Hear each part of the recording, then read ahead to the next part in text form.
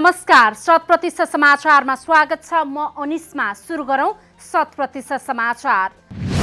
मुस्लिम समुदायको दोस्रो ठूलो पर्व बकर ईद धुमधामका साथ मनाइयो। नेपाली जामे मस्जिद र ईदगाहमा गएर मुस्लिम समुदायले सामूहिक रूपमा नमाज पढेर सो पर्व मनाए। नमाज पढिसकेपछि एक आपसमा अङ्कमाल गर्दै शुभकामना आदान प्रदान गर्ने प्रचलन।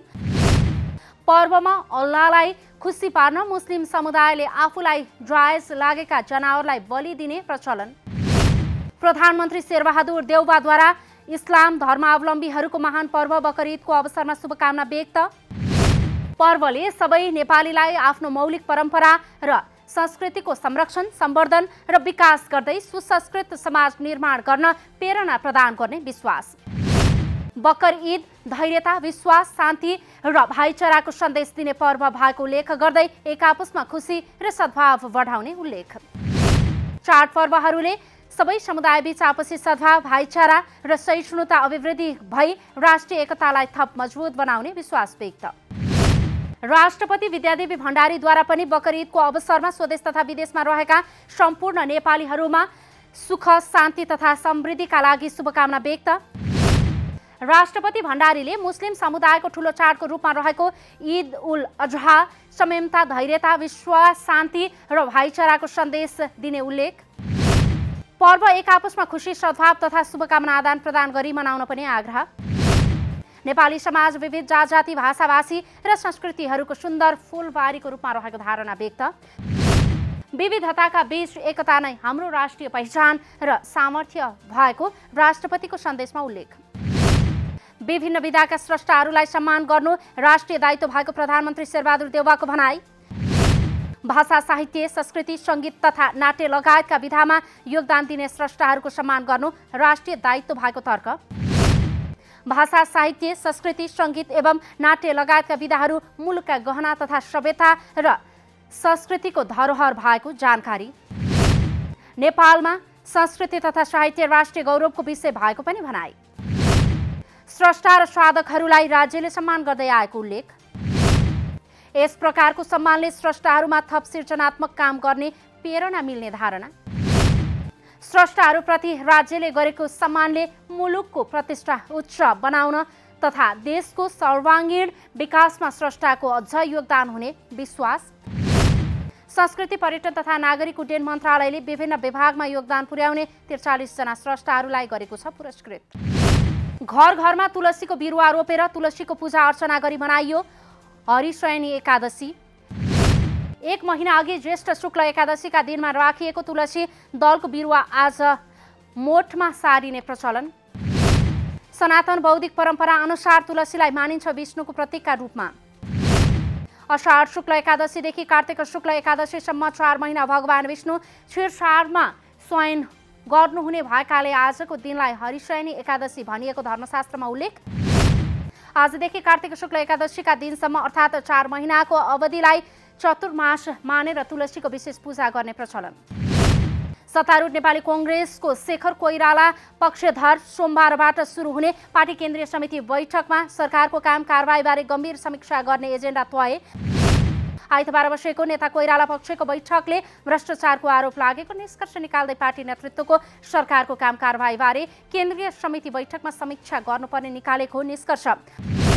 पार्टी नेतृत्वको सरकारमाथि भ्रष्टाचारको आरोप लागेकाले सरकारको काम कारबाहीबारे गम्भीर समीक्षा। कोइराला पक्षले सरकारले ल्याएको बजेटबारे पनि गर्दै आएको छ असन्तुष्टि व्यक्त। बैठकमा कोइराला पक्षद्वारा पार्टीको भातृ संस्थाहरू सबैको पुनर्गठन गर्न र विभागहरूलाई समयमा पूर्णता दिन पनि पार्टी सभापति देउवालाई दबाब दिने गरेको छ निर्णय। बैठकमा पार्टीका उपसभापति धनराज गुरुङ, महामन्त्री गगन कुमार थापा, नेता डाक्टर रामशरण महत लगायतको रहेको थियो सहभागिता। नेपाली कांग्रेसको संस्थापन पक्षले पार्टीलाई एकलौटी रूपमा अघि बढाएको नेता कोइराला पक्षको छ आरोप। पार्टीको विधान अनुसार विभागहरू समेत गठन गर्न नसकेको भन्दै सो पक्षले सभापति देउवाको सार्वजनिक रूपमै गर्दै आएको छ आलोचना। नेपाली कांग्रेस केन्द्रीय समितिको बैठक सोमबार दिउँसो 1 बजे पार्टी केन्द्रीय कार्यालय सानेपामा बस्ने। राष्ट्रिय सनातन धर्म संस्कृति महासंघद्वारा काठमाडौँमा 2 दिने राष्ट्रव्यापी वैदिक सनातन धर्म सम्मेलन आयोजना। आइतबार र सोमबार 2 दिन पाशुपात क्षेत्रमा सञ्चालन हुने राष्ट्रिय धर्म संस्कृति सम्मेलनमा देश तथा विदेशका धर्मगुरुको बाक्लो उपस्थिति। राप्रपा नेपालसँग आबद्ध रहेको राष्ट्रिय सनातन धर्म संस्कृति महासंघद्वारा आयोजित सम्मेलन 2 चरणमा सम्पन्न हुने। सम्मेलनले नेपालमा बढिरहेको धर्मान्तरलाई रोक्ने र नेपाललाई हिन्दू राष्ट्रको रूपमा पुनर्स्थापना गर्ने मार्गचित्र लगायतका विषयमा पारित गर्ने तयारी। नेपालमा बढ्दो धर्मान्तरणका कारण गरिबी जनचेतनाको अभाव रहेको राप्रपा नेपालका अध्यक्ष कमल थापाको भनाई। राष्ट्रव्यापी वैदिक सनातन धर्म सम्मेलनमा धर्मगुरुहरूले स्वेच्छाले धर्म परिवर्तन गर्नुभन्दा पनि लोभ लालचले धर्म परिवर्तन गराउने संख्या बढेको जिकिर। नेपालमा बढ्दै गएको धर्मान्तरको मुख्य कारण गरिबी जनचेतनाको कमी रहेको र यसमा सरकारले गम्भीरतापूर्वक सोच्नुपर्ने बेला आएको तर्क। सबै धर्म सनातन भए तापनि आफूले मान्दै आएको धर्म संस्कृति छोड्न नहुने धर्मगुरुहरूको भनाई।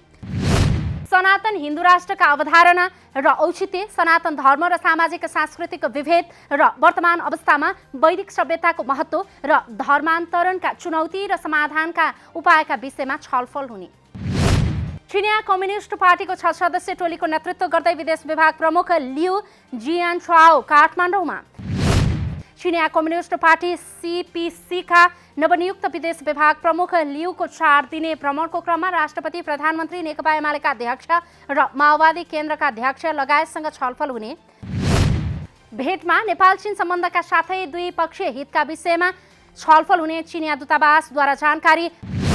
जुन महिनाको पहिलो सातादेखि विदेश विभाग प्रमुख जिम्मेवारी सम्हालेपछि लिउको यो पहिलो विदेश भ्रमण। पहिलो विदेश भ्रमणको लागि नेपाल रोज्नुलाई मानिएको छ अर्थपूर्ण। बाजुराको बुढीगङ्गा नगरपालिकाका मेयर उपमेयर दुवै पदमा नेकपा एमाले विजयी। मतगणना अनुसार 10 वटा वडामध्ये 7 वटा अध्यक्षसहित एमालेका उम्मेद्वार विजयी।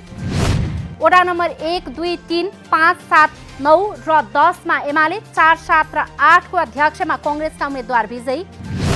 मेयरमा एमालेका रामबहादुर बानियाले कङ्ग्रेसका रङ्गबहादुर खातीलाई हराए। उपमेयरमा एमालेकी माया कुमारी खड्काद्वारा कङ्ग्रेसकी रीता साई पराजित। बानियाले 4777 मत पाउँदा कङ्ग्रेसका रङ्गबहादुर खाती 3773 मतमा रोकिए। उपमेयरमा एमालेकी माया कुमारी खड्काले 4727 र कङ्ग्रेसकी रीता साईले 3755 मत गरे प्राप्त। मेयरमा 1003 र उपमेयरमा 972 मतको फरक। बाँकेका उद्यमी महिलाहरू लघुवित्तको कर्जा चुक्ता गर्न नसक्दा समस्यामा। लघुवित्तबाट लिएको कर्जा तिर्न नसक्दा उनीहरू विभिन्न सङ्घ संस्थाहरूमा ऋण माग्नका लागि धाउन बाध्य। एउटा लघुवित्त संस्थाबाट निकालेर अर्कोमा किस्ता तिर्ने काम गर्दै बाँकेका उद्यमी महिलाहरू कर्जाको दलदलमा फस्दै। ऋण तिर्न समय माग गर्दा पनि लघुवित्तहरूले समय नदिने र घरमै गएर धम्क्याउने गरेको उनीहरूको आरोप। अध्ययन अनुसार नेपालमा करिब 22 लाख मानिसहरूले कर्जा लिएको तथ्याङ्क। 22 लाख मध्ये 75% मानिसहरूले कर्जा समयमा तिर्न नसकेको उल्लेख। सर्वसाधारणलाई सहज वातावरण मिलाउने किसिमले खोलिएको लघुवित्तहरूबाट नै आम नागरिक अहिले दुःख पाइरहेको लघुवित्तमा आबद्ध महिलाहरूको गुनासो। ऋण लिएर हदैसम्मको ज्यादतीका कारण बस्न समेत गाह्रो भएको नेपालगञ्ज उपमहानगरपालिका वडा नम्बर 4 मा बसोबास गर्ने मनिषा तामाङको भनाई। केही समय ढिलो भयो भने घरबाट निकाल्न खोज्ने, किडनी बेच मरे हुन्छ, बिमा छ किन बाँच्ने जस्ता व्यवहारिक लालसना लगाई धम्की दिने गरेको आरोप। लघुवित्तले गर्दा घर परिवारको सम्बन्ध नै बिग्रिएको पीडितको भनाई। ऋण लिएपछि तिर्नु आफ्नो कर्तव्य भए पनि लघुवित्तहरूले दिनदिनै दबाब दिँदा समस्यामा परेको गुनासो। बाँचौँ बचाउँ र अघि बढौँ भन्ने मूल नाराका साथ लघुवित्तीय संस्थाहरूको विरुद्ध देशव्यापी रूपमा सङ्घर्ष गरिने। लघुवित्तीय संस्था विरुद्ध लघुवित्त पीडित महिलाहरूद्वारा सरकारसँग लघुवित्तीय संस्थाहरू खारेज गर्न माग। लघुवित्त संस्थाहरूद्वारा लगाइएको सामूहिक ऋण मिना गर्न, आम गरिब किसानहरूलाई निःशुल्क ऋण प्रदान गर्न पनि आग्रह। आवश्यकता र क्षमताका आधारमा काम र दामको व्यवस्था गर्न, समाजवादी अर्थतन्त्रको विकास गर्न समेत सरकारसँग माग। त्रिशुली नदीले बगाएको एक सातामा नुवाकोटको डोडेनीकी एक महिलाको शव फेला।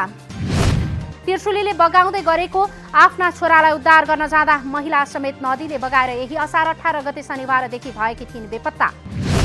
विदुर नगरपालिका 3 डोढेनीकी पूर्णलाल श्रेष्ठका छोरा 7 वर्षीय युनिक श्रेष्ठ नदी किनारमा खेल्ने क्रममा बगाएको थियो त्रिशुली नदीले। नेपालबाट विदेशमा निर्यात हुँदै आएको यार्सा गुम्बाको निर्यात चालु आर्थिक वर्ष 2078-79 को 11 महिनाको अवधिमा बढ्यो। चालु आर्थिक वर्षमा नेपालद्वारा 29 करोड भन्दा बढीको यार्सा गुम्बा विदेशमा निर्यात। वनसार विभागको तथ्याङ्क अनुसार चालु आर्थिक वर्षको 11 महिनामा नेपालबाट विदेशमा 29 करोड 67,49,000 बराबरको 4 क्विन्टल 76 किलो यार्सा गुम्बा निर्यात। गत आर्थिक वर्षको तुलनामा करिब दोब्बर भन्दा बढीले भयो निर्यात।